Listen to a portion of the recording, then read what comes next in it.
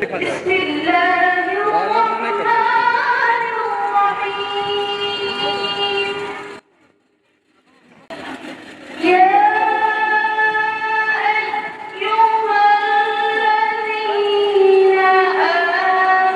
बीच में आता उससे बड़ा डिस्टर्ब वही से दिक्कत है।